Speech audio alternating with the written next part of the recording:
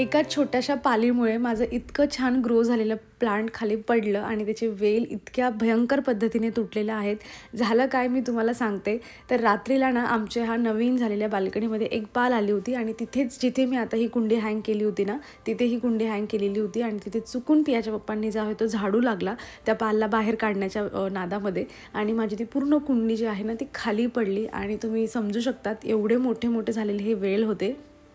I know त्यांना प्रूनिंगची गरज होती, पण मी काही काळानंतर जसं मला वेळ मिळेल तसं मी त्यांना खालून प्रूनिंग करणार होती. पण अशा पद्धतीने तुटून कुठल्याच प्लांट लव्हरला छान वाटत नाही की अरे मला एवढ्या कटिंग्स मिळतील म्हणून.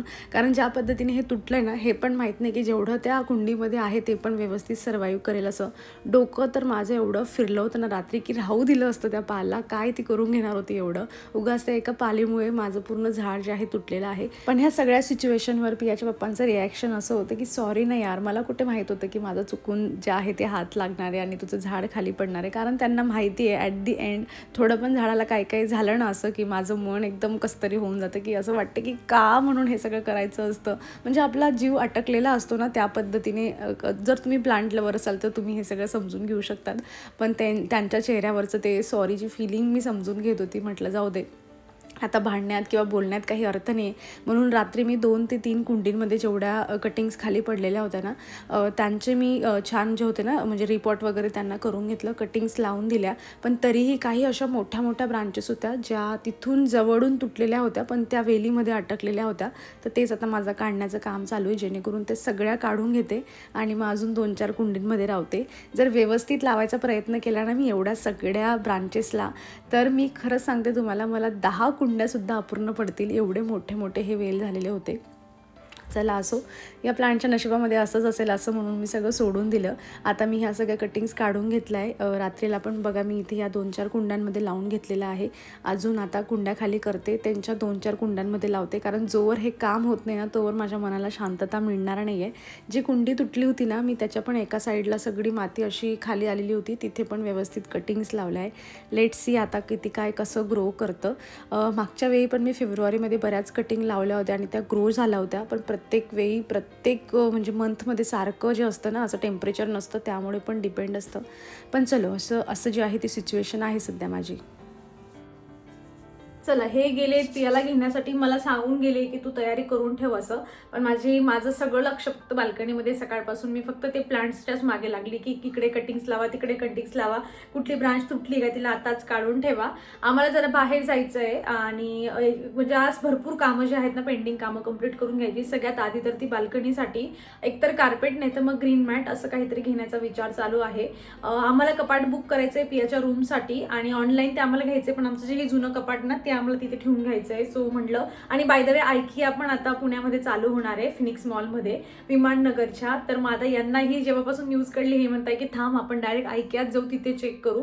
कारण आयकियाची ऑनलाईन डिलिव्हरी होते पण आमच्या वाघोलीमध्ये होत नव्हती. सो मला असं वाटते की जर इतक्या जवळ आयकिया येऊन गेलं डायरेक्ट स्टोअर, तर आमच्या वाघोलीमध्ये आम्हाला डिलिव्हरी मिळू शकते. आयकियाचे प्रोडक्ट्स आम्ही 2-4 यूज केले, जसं की आमचं बेडसाईड टेबल आहे तो पण खूप छान आहे. तर मग यांचं असं म्हणणं आहे की आता वेकफिट वगैरे हे ट्राय करण्यापेक्षा आपण आयकिया घेऊ.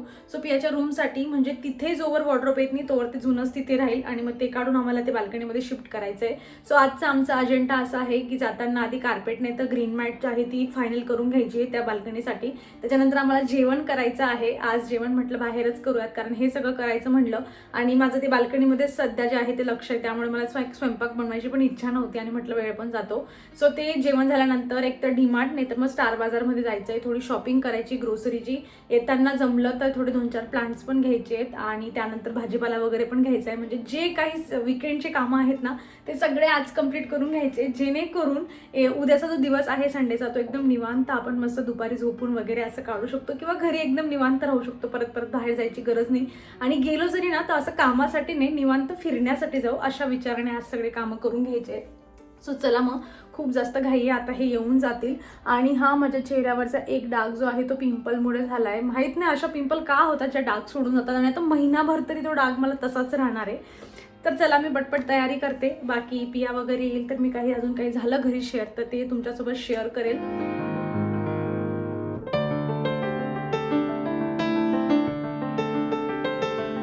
मागच्या व्हिडिओत तुम्ही पाहिलं असेल की मी हे एस हुकला थोडा कलरिंग करून घेतला होता आणि बघा इथे मी हँग केलेत त्यांना. आता इतके छान दिसत आहेत ना इथे हे कप हँग करून.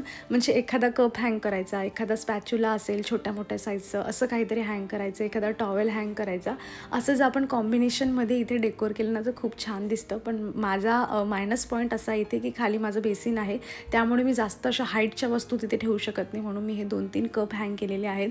पण किती म्हणजे वर्ष झालं असेल, वर्षापेक्षा जास्त झालं माझं हे किचनचं फर्निचर करून.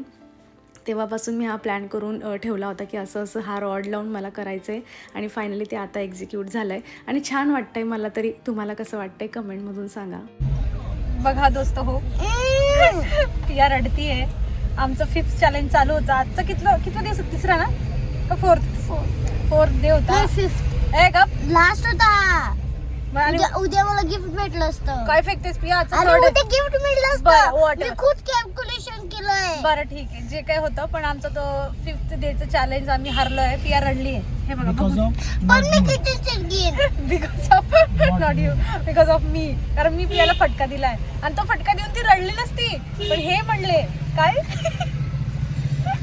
रडते, पण हे म्हणले इतकं जोरात आणि असं म्हणतात पियाने रडायला सुरुवात केली. अगो माझ्या बाळ, मी घेईन पण. मग ते कर ना, चॅलेंज कम्प्लीट कर आणि घे. आले नाही करायचं फर्स्टच्या मधून. बरं पियाला नाही, पण मी किचन सेटच घेईन. हा पियाला ना ते आवाज कमी करतो. किचन सेट पाहिजे होता पियाला. तिला म्हणली होती मी की तो जरा थोडा महाग आहे है ना. आणि मग पियाला म्हणली होती की तुझ्या काही पण फालतू चॅलेंजसाठी मी एवढं तुला मोठे मोठे हे नाही देऊ शकत टॉईज. मग तिला मी सांगितलं होतं की तुझं 5th चॅलेंज कम्प्लीट केलं ना फर्स्ट अटेम्प्ट मध्ये तर मी तुला किचन सेट घेऊन येईल. पण असं तू फर्स्ट चॅलेंज मध्ये नाही फर्स्ट चॅलेंज पासून नाही बोललेलो की फर्स्ट चॅलेंज मध्ये जे पाहिजे ते मिळेल असं नाही बोललेलो तू. बरं ठीक आहे चल. मग किचन सेट. बरं ठीक आहे, 5th चॅलेंज खूप जास्त मोठा आहे. आता जर तू ह्या अटेम्प्ट मध्ये जो 5th चॅलेंज तू कम्प्लीट केला नाही कुछ भी म्हणजे तुला कॉन्फिडन्स नाहीये. नाही असं नाहीये. तुला माहिती फर्स्ट चॅलेंज मध्ये असं नाही बोललेली. पण मग मी आता बोलते ना. नाही. अच्छा तू स्टार्टिंगचे रूल सांगते का डायरेक्ट? हा, स्टार्टिंग मधून जे रोल सांगितले ते त्याच्यामध्ये तू हे सांगितलं नव्हतं. बरं ठीक, हे चॅलेंज कम्प्लीट केलं तर पियाला मोठावाला किचन सेट भेटणार आहे. All the best guys, all the best करा पियाला.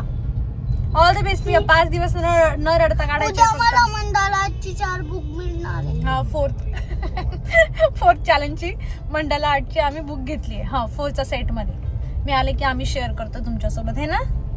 आता हे रडणं बंद करते का, नाही तर मी चॅलेंजेस कायमचं कॅन्सल करते. उगाच मला गिफ्ट द्यावे लागतंय नुसते आणि काउंट पण करायला लागते. त्यातल्या त्यात त्या काउंट मध्ये तू किती नंबर. अरे नाही इथं क्रॉस करू शकतो वाटतं आपण. नवीन झालं का हे? कशासाठी केलंय पण? हा तर कुठं होतो आपण?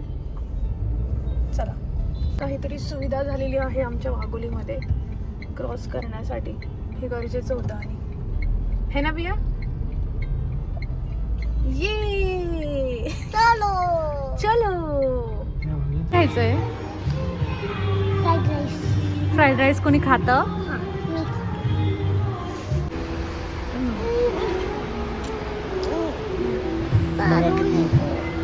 लगून करताय.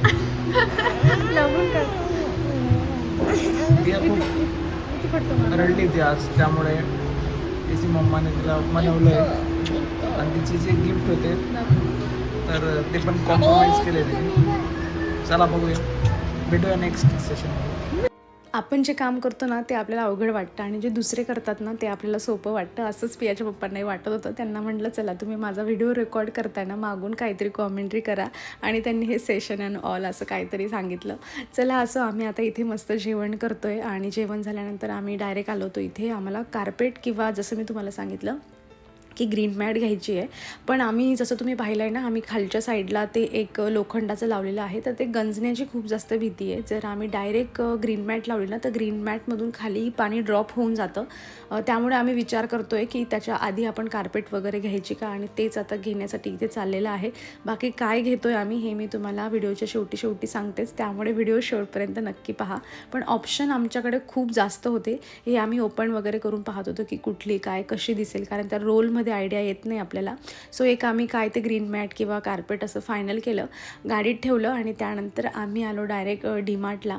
तसं डीमार्टला आज येतानाच असं वाटत होतं की अरे एवढी ट्रॅफिक आहे, आपण उगाच डिसिजन घेतलं का डीमार्टला यायचं, कारण आमच्या घरापासून स्टार बाजार जवळ आहे आणि एवढी काही ग्रोसरीची मोठी लिस्ट पण नव्हती. पण चला असं आलेलो होतो मस्त, म्हटलं थोडंफार घेऊयात. आणि इकडे आलो की काहीतरी एक्स्ट्रा खर्च होतो म्हणजे होतोच. असं होतच नाही की आपण एखादी तरी अननेसेसरीची वस्तू इथून घेऊन जात नाही आहे. हे प्रत्येकजण रिलेट करत असेल तरीही आपण डीमार्टला येणं मात्र प्रेफर करत असतो. पियाकडे पॅड आहे, ह्या सगळ्या गोष्टी म्हणजे आहेत ना तिच्याकडे, सगळ्या बुक्स वगैरे आहेत, तरी पण आम्हाला तिचं चाललेलं असते की मम्मा हे घेऊन दे, ते घेऊन दे. आर्ट अँड क्राफ्टची तर किती आवड आहे हे माहितीच आहे तुम्हाला. म्हणजे पेपर असं काही दिसलं नाही तिला करायला की ती मागेच लागते की मम्मा मला घेऊन दे म्हणून. घेऊन द्यायला हरकतही नसते, पण असं होऊन जातं की लॉंग लास्टिंग मुलं त्याच्यासोबत खेळत नाही, 1-2 दिवस खेळतात आणि नंतर विसरून जातात. आणि बघा कालच्या पालवरचं सोल्युशन, कारण आता इथे पण तुम्हाला रिअलाईज झालं असेल की त्यांना मनापासून हर्ट झालं की मी हिचं प्लांट तोडलं आहे म्हणून. आमची सगळी शॉपिंग झाली होती, आम्हाला काउंटरला जायचं होतं, पण तेवढ्यात ते म्हणाले थांब काहीतरी आपण सोल्युशन शोधूयात पालसाठी, जेणेकरून स्प्रे वगैरे करून ते आपल्या बाल्कनीत येणार नाही. आणि मग तिकडून ते हे घेऊन आले. आता हे किती इफेक्टिव्ह आहे ते यूज केल्यावर समजेल. पण चला अशी जी आहे ती शॉपिंग झाली आहे. पिया इथे बरंच छान छान बडबड करत होती तुमच्यासोबत शेअर करण्यासाठी, पण आजूबाजूचा आवाज खूप होता आणि तुम्हाला काहीच समजलं नसतं, म्हणून मी तिचा आवाज पूर्ण कमी करून माझी बडबड तुम्हाला इकडे ऐकवते.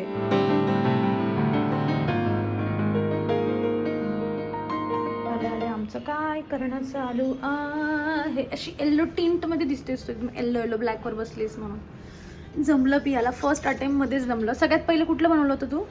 हे वाला पिंकवाला ना. मग त्याच्यानंतर हे पत्ता लावलं, मग हे वाला बनवलं, मग आता हे लावलं. आता हे बघा जमतं. कुठलं आर्ट म्हणतं का याला, काय नाव होतं? रॅपिंग काय होतं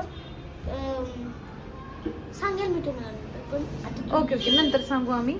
आणि आम्ही खूप जास्त बिझी आमच्या ह्या आर्ट करण्यामध्ये. चल ना बेटा, इथे आपल्याला ती कार्पेट टाकून घ्यायची ना.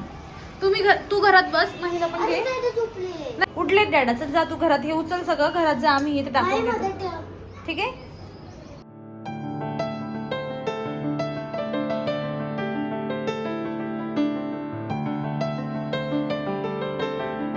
आजच्या व्हिडिओमध्ये तुम्ही एक गोष्ट नोटीस केली असेल की माझा ना थोडा गळा थोडा खराब आहे, त्यामुळे बोलायला पण थोडा त्रास होतो आणि बरेच शब्द माझ्याने जमलिंग पण होता, एकमेकांमध्ये अटकत आहेत. तेवढं जरा तुम्ही ॲडजस्ट करून घ्या. आणि चला फायनली आम्ही कार्पेट आणलेली आहे. सो आमचा थॉट असा होता याच्या मागचा की आपण आधी कार्पेट इथे व्यवस्थित जे आहे ना स्टिक वगैरे करून घेऊया मस्त, आणि त्याच्यानंतर आपल्याला पाहिजे असेल तर आपण ग्रीन मॅट घेऊ शकतो. कारण मी तुम्हाला आधी पण जसं सांगितलं की ग्रीन मॅटमधून खाली पाणी डायरेक्ट ड्रॉप होऊ शकतं आणि हे लोखंडाची प्लेट आहे, त्यामुळे काय होईल ना की म्हणजे ती जंगण्याची भीती खूप जास्त असते. बाकी आम्ही सगळं खाली पाणी वगैरे ड्रॉप व्हायला नको हे सगळी काळजी घेतली आहे. मला मागे बऱ्याच म्हणजे शॉर्ट किंवा लॉंग व्हिडिओमध्ये कॉमेंट येत होत्या की आउटलेट काही काढला आहे की नाही पाणी वगैरे पडलं तर, कारण तो एरिया थोडा खाली आहे.